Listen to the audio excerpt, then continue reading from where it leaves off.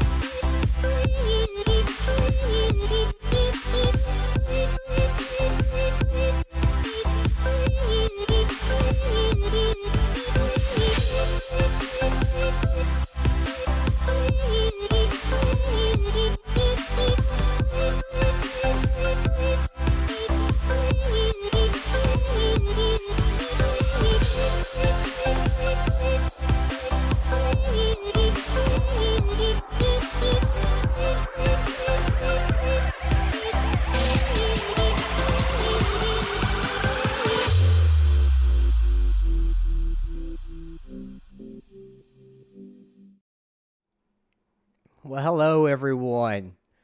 Hope everybody's doing all right tonight. Hope everybody can hear me this time. I'm pretty sure you can. I made sure of it this time. Again, episode number 2 of Great Lakes Races Every single week.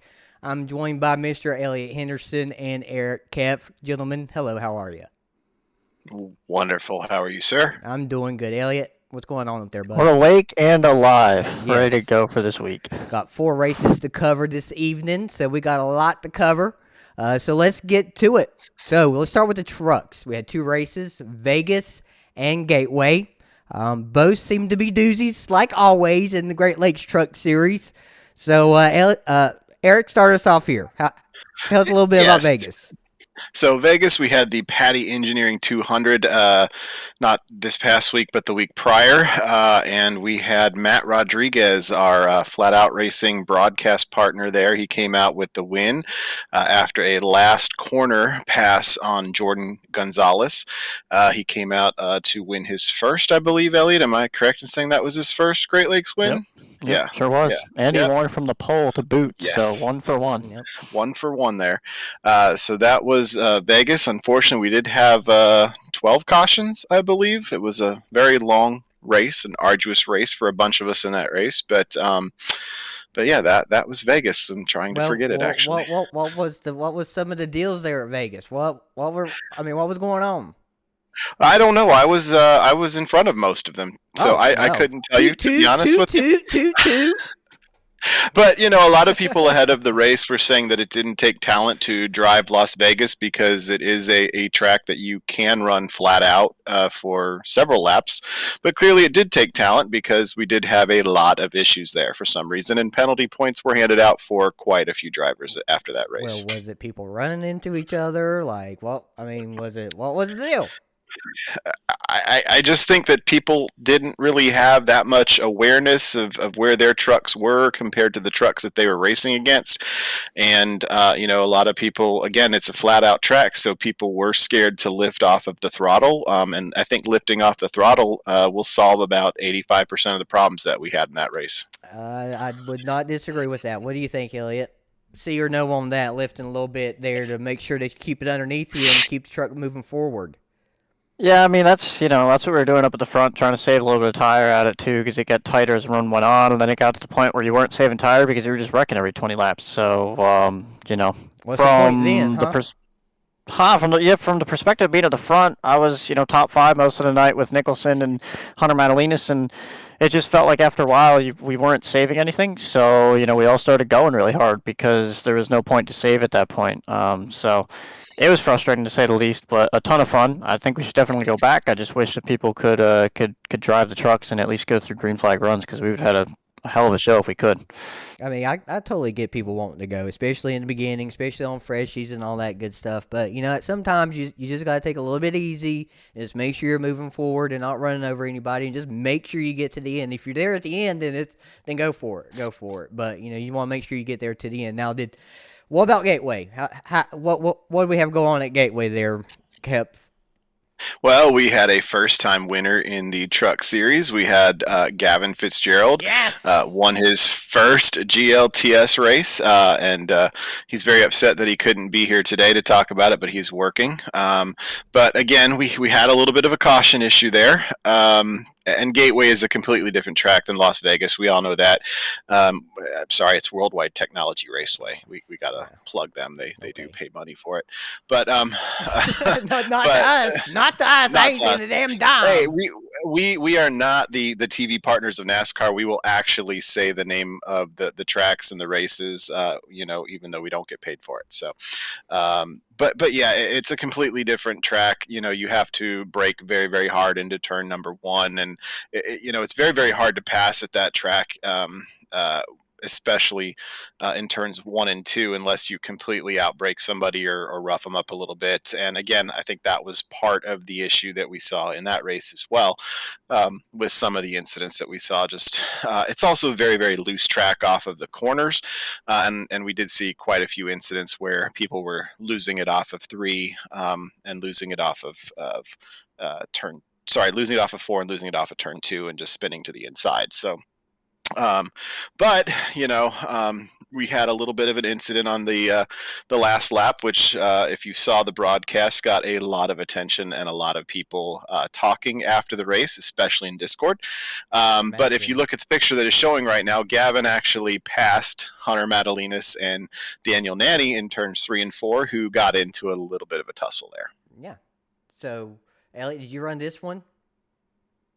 No, I was in the booth for it, and Oh. boy, did I pick the right race to watch and call, because I think Kyle and I were both out of our voices by the time it was over with, and I felt bad because I cut him off for the whole last lap and just kept talking over him. But I think both of us were just enthralled in what was going on. I mean, there was a known battle between Hunter and Nanny. They had made contact earlier in the race and everything, and you knew that something was going to come towards the end. You just didn't expect it to unfold the way it did, and Hunter just, sent him into 3, and as soon as Nanny knew that he wasn't going to win the race, he just hooked it right, made sure to take Hunter with him, and Gavin and Heller were right there to capitalize. I don't even remember who finished 3rd, because it was just so surprising to just see Gavin right there drive through it and watch Hunter and Nanny just both plow the wall on the last lap. So, not how we want our drivers racing, but at the end of the day, if you can have one of those exciting finishes, you'll always take it, because, man, like I said, Kyle and I were both I was 100% mind blown. I didn't know what to say. Kyle was sitting there trying to fill dead air, and I was just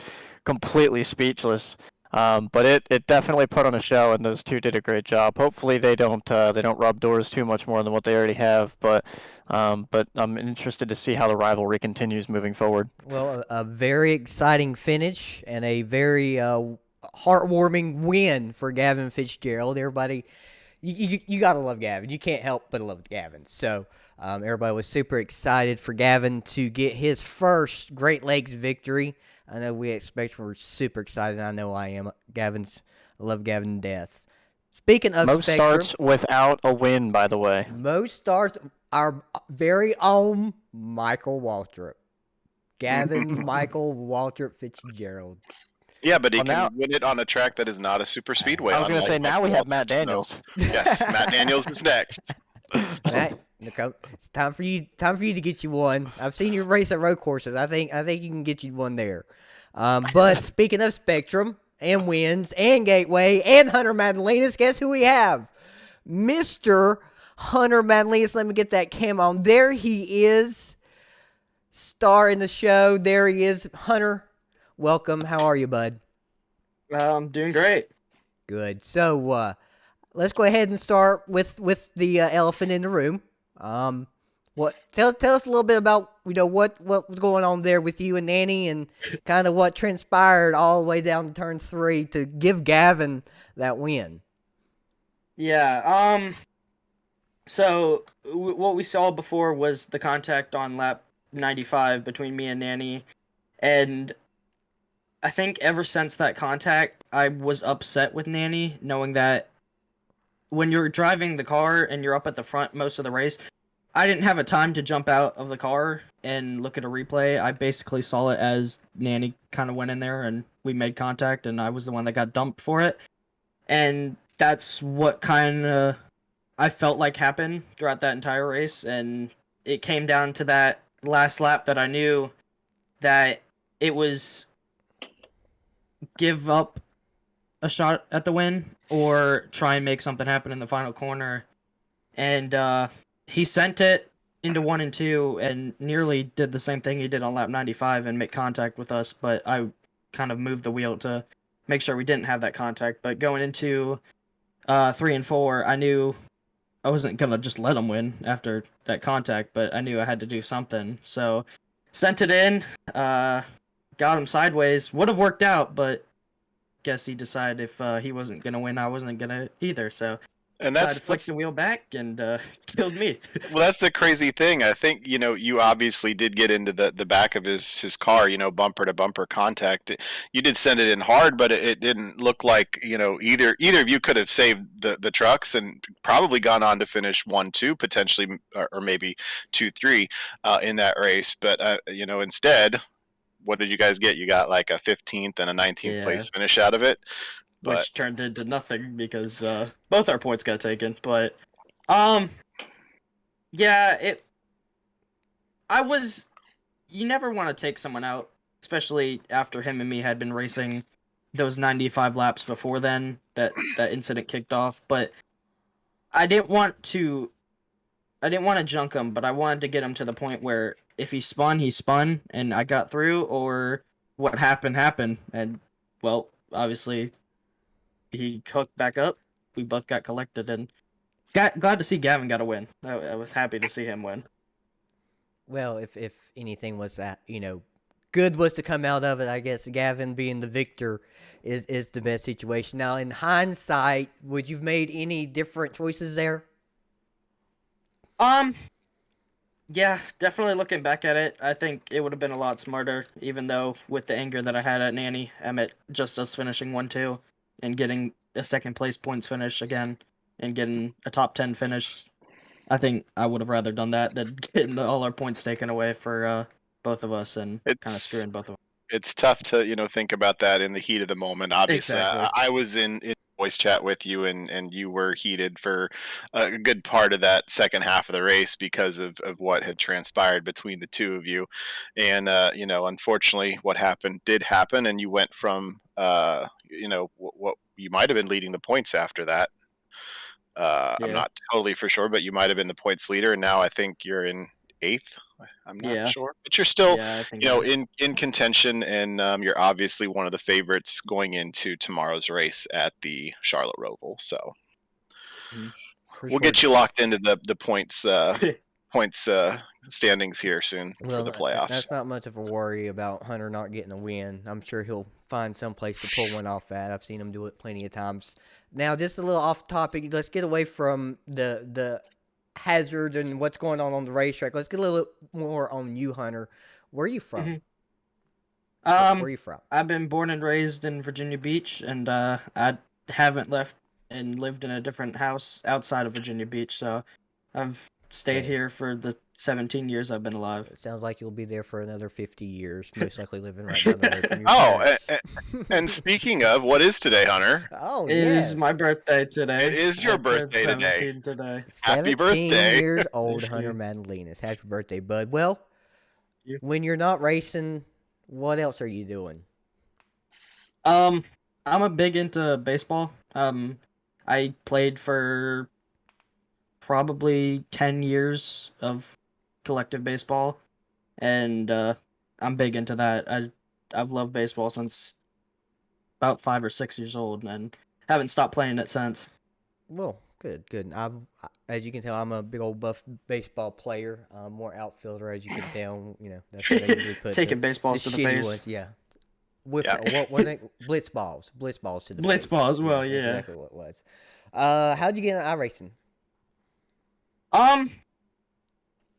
Man, I think it was all about kind of just watching videos and just seeing iRacing itself, and knew I loved racing because my grandpa loved NASCAR, and I would follow the sport with him, and it got me into looking into things to get started, because this is something I would love to do for a career that would come along, is have a job doing something with NASCAR. But yeah, I wanted to test my driving skills, because I had been driving on NASCAR Heat for a while, but not too realistic at that. But Nothing like iRacing, is it? No, came over to iRacing, and I've been racing that ever since, for about 2.5 years now.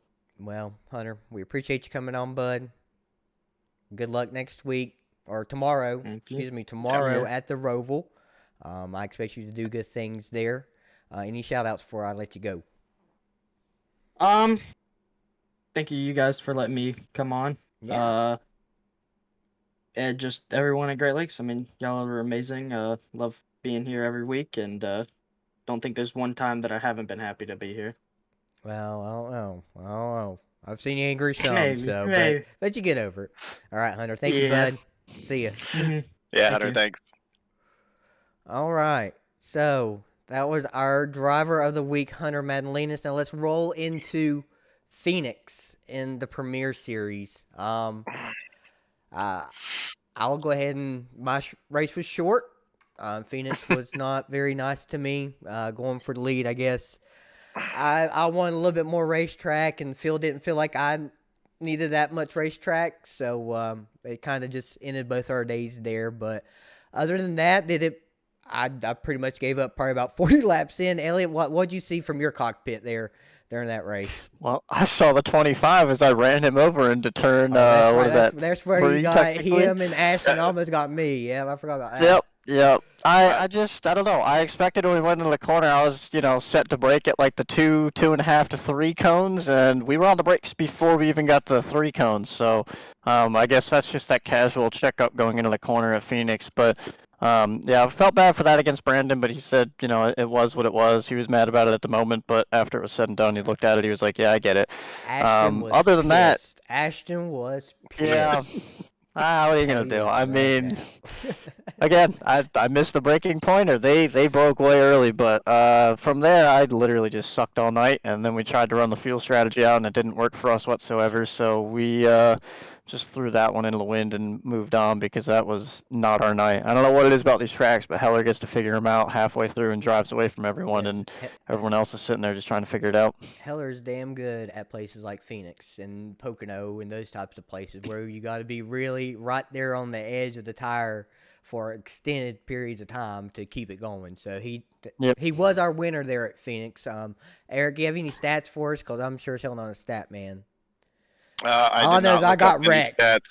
Yeah, I know you got wrecked, and I know Elliot made a rare, I guess you could call it a mistake when you hit somebody from behind like that. Even immortal people like Elliot can make a small mistake Not there. Elliot Henderson. but no, I mean that's Chris's what I don't even know how many wins that is in the Cup/Premier Series. What, 5 or so? Has to Something be about like 5, that? 6, 7, somewhere out in there. Yeah. Has to be. But it Elliot's still, gonna look it up right now. Yeah, he's looking up. He'll give us some stats here, but it looks like Yeah, Bransky Christopher finished Heller second. has 5 Cup stats, 5 Cup wins, 1 Premier win now because it's a different series. Nanny actually finished second at Phoenix. Duclos was third. Zach Henry was fourth, and Nicholson was fifth. Okay. Bransky ended up off strategy with me, Austin, and Jacob Manning. We were all 6th, 7th, 8th, and 9th. And that did come down to a fuel mileage there at the end, didn't it? Yeah. What was the call there? What did Chris do to get the win? Just stayed out longer than everyone else. We were trying to save a little bit, and he was able to go 2 laps further than everyone, and we couldn't make it from there, so we all had to pit towards the end, and he didn't, so we were just kind of screwed. He just took care of it, made sure you got to the end. Well, last Thursday, we went to Atlanta. Jacob Manning came away with the win. What are you going to say, Eric? I was going to say Chris parlayed his win into not a very good Atlanta. Well, if I remember correctly. Not a lot of people very, very accurate. Yes. So, for my that was a damn near caution-free race. Other than our stage break at lap 30, yep. That was our Correct. only caution. Yeah, it was just one caution. Yep. My race went about as I expected. Took me forever to drive to where I got to, and then when I got there, I messed it all up. So, I finished where I ended up, about 9th or 10th, somewhere around there. Elliot, how'd your race go? Drove my happy ass up to 3rd, and then pounded the wall off turn 2, and never saw the light of day after that. I think I ended up 5th, but yeah, that was a tough one. I don't know. I felt like I had the pace after about the halfway point, but like you couldn't pass, and I was off strategy so hard that I couldn't do anything to really keep up with Bedford, Bransky, or Barkowski. But everyone behind me kept making mistakes on pit road and stuff, and that took me. I was running 8th. I was supposed to finish 8th, and through strategy calls, I was able to leapfrog Martin and Henry and you and Austin, and jumped up to 5th. So I'll take it. But that one's one that I wish I got back. If I didn't hit the wall off turn 2, I'd have felt way more comfortable with that race. If I could have finished that stage out in like 3rd or 4th versus 7th, that could have gone a way different way than what it ended up being. I agree 100%. I was driving up there with y'all. I mean, you passed me and drove away, but you wore your shit out, so I drove back to you and got around you. And then there was the last stop that I messed up on where I just saw the leader's pit. I'm like, okay, I'm gonna go ahead and pit. And I'm rolling down pit road. I'm just not paying no damn bit of attention over here, looking at damn Discord. And next thing I look over, and there's my pit stall. So I screwed myself out of that one pretty hard. It took me a while to get going again. So I'll say that's the one race that I went off strategy and pitted before everyone, and it really worked out for me. I don't know what it was about that track, but I pitted 3-4 laps before a lot of you guys, and it jumped me. And I was actually more annoyed that when Nick and Zach had caught me during the last pit stop, I had to signal that I was pitting, and then everybody came down right behind me, so I lost that advantage I was going to try to gain again. And I think that screwed me more than anything, because after that I came out like 2 seconds behind Brandon and Bransky, and I never really lost touch with them. I just stayed right there about 2 seconds back. So I was frustrated that I couldn't get that jump again on them, but is what it is. It's just interesting how that worked out. that track was such a bitch, especially in 1 and 2. Especially getting off of 2 was the biggest thing, because you were behind me a couple times where I almost lost it, and you almost did the same thing I did a couple times behind me, where if you're just a little bit too low coming off that corner, the ass end will just go right around. But if you're into the throttle too hard, too soon, the front end is just going to shove, and then the ass end will come around too, and you're just, you had to really be sliding. Yes, you had to really be careful through there, and it was so hard. I was so damn concentrated through 1 and 2. It was not easy at all. Eric, did you watch? I watched some here and there. I had a little bit of stuff going on Friday night, and I did catch it here and there from my computer screen across the room. But yeah, it was a good caution-free race, which the Cup Series can be known for. Premier Series can be known for at tracks like this. What's expected at tracks like this? It should be expected at a place like Atlanta, and even the Truck Series can put on. We had a caution-free race at Atlanta one time. I think we had another race with 1 caution, and another race with 3 cautions at Atlanta. So Atlanta is one of those tracks that you just kind of get spread out, and not a lot happens. Well, we got the Roval tomorrow for the trucks. What do you think? I'm looking at guys like Hunter Madalinas, Nathan Nicholson, Ashton Lawson are kind of our road course ringers. You might get somebody like Tyler McClellan could definitely have a good run there, because he is kind of a road course guy. I'm just going to try and hang on, get as few incidents as possible, and hope to get away with the top 15 there. So yeah, we know you walk away with a 0x. Elliot, are you going to be racing? No, but fun stat for you. The last time we were there, Lucas Cram was in the field, and we all love Lucas, but he will obviously not be here now. He's the only winner there, so we're going to get a first-time winner at the Roval in the Truck Series, so that's cool. And yeah, I think Eric's pretty much right. I think you've got your normal guys, Nicholson, Ashton, Hunter Madalinas, potentially Tyler McClellan. Jake Miller has put in a lot of effort. He said he's ready to go after his abysmal start to the season, so we'll see what he can do. But, my money's gonna be on Nicholson 100%. I think Chris Heller might show up and be a little bit of a bother to some guys too, since he's been with the Nicholson training program for a while. He showed up Dakota really fast last season, so we'll see. But I'll be watching it from the booth, and I'll be able to call the action while it's going on. Oh, so you'll be in the booth. All right, so we'll have him give us another recap next week if we get to make it, and from the booth. Where's Premier guys going this week? I don't. We're going Nashville. Nashville, down to Tennessee. Hell yeah! I'll put my boots on. I'll put my boots on for this week. That one should be a good one. I look forward to that. Yes, should be a fun race. Really like that track's different for sure compared to some of the other tracks like it. But I think with that car and that track and that surface that it has, I think it'll be a good time getting around there. Just touched on our upcoming races there. Some business, some news here. Elliot, how'd your Road to Pro race go? Not very well. Where was it again? Las Vegas. And we were running top 10, top 15 all night, and with about 10, 15 laps to go, they had a yellow. We had a quick late race restart. And they all decided to wreck in front of us. Nowhere to really go. And we blew an engine right there with about 5-6 laps to go. Lap 96 of 100. And we were out of the race after running about top 10 all night. So infuriating. Probably would have finished at 8th. Would have had a really solid points night. But now we got some digging to do moving forward over the next 6 races. So we'll see. I think Atlanta's up next. We've got a pretty stout ride for that. And whenever we get to Richmond, I'm really looking forward to Richmond. I think that's another race that we can win for sure. So looking forward to the rest of these. I just think we had to set up wrong for Vegas, and we'll see what we can do moving forward.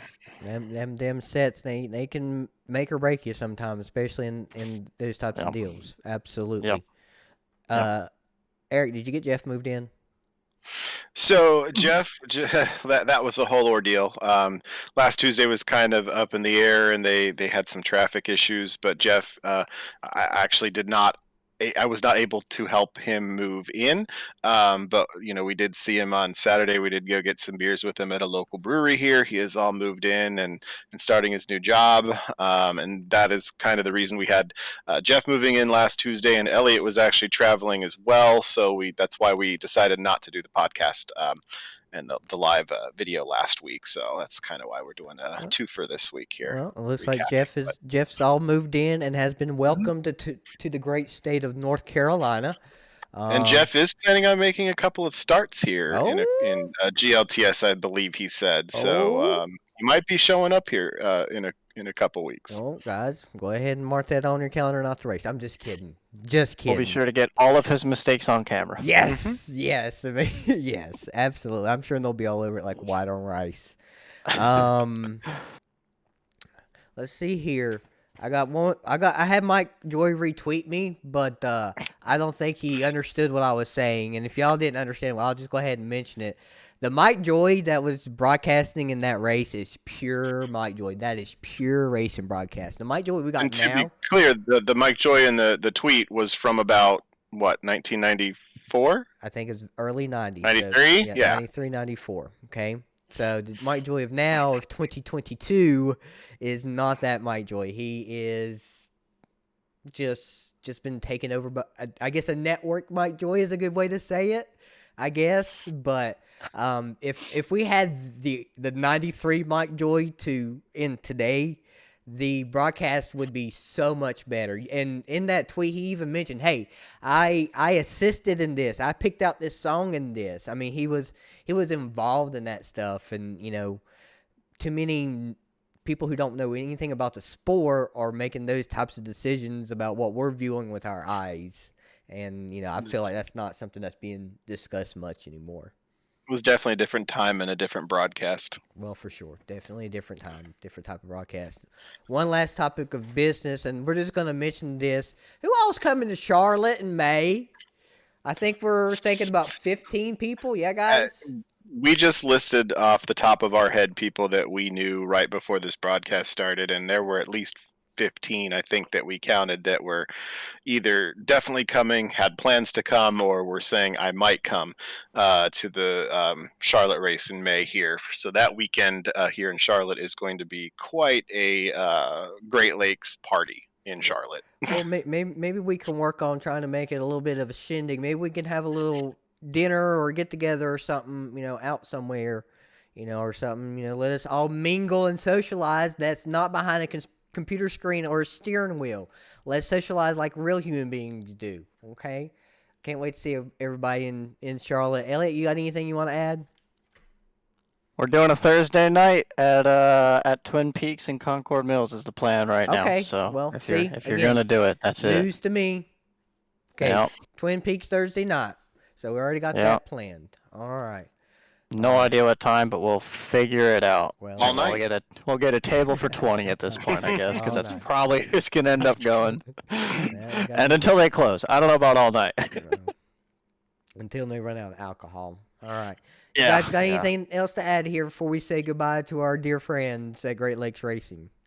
We'll Nah, see man. you all. Looking forward to these next couple of weeks of racing. Looking forward to this week of racing, and hopefully we all have a good time and we don't all hate each other by the end of Nashville and the Roval, because I know that those two tracks will do some justice to people. There's gonna be We're somebody. live at we're live at 8:00 tomorrow on Flat Out for the Roval, and 8:30 on Friday for Nashville. Yep. So you can catch us on YouTube there.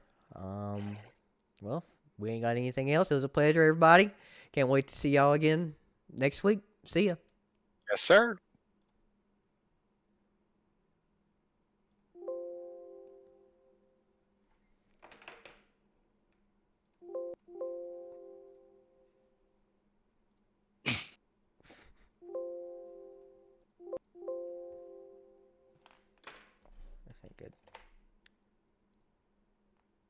We out.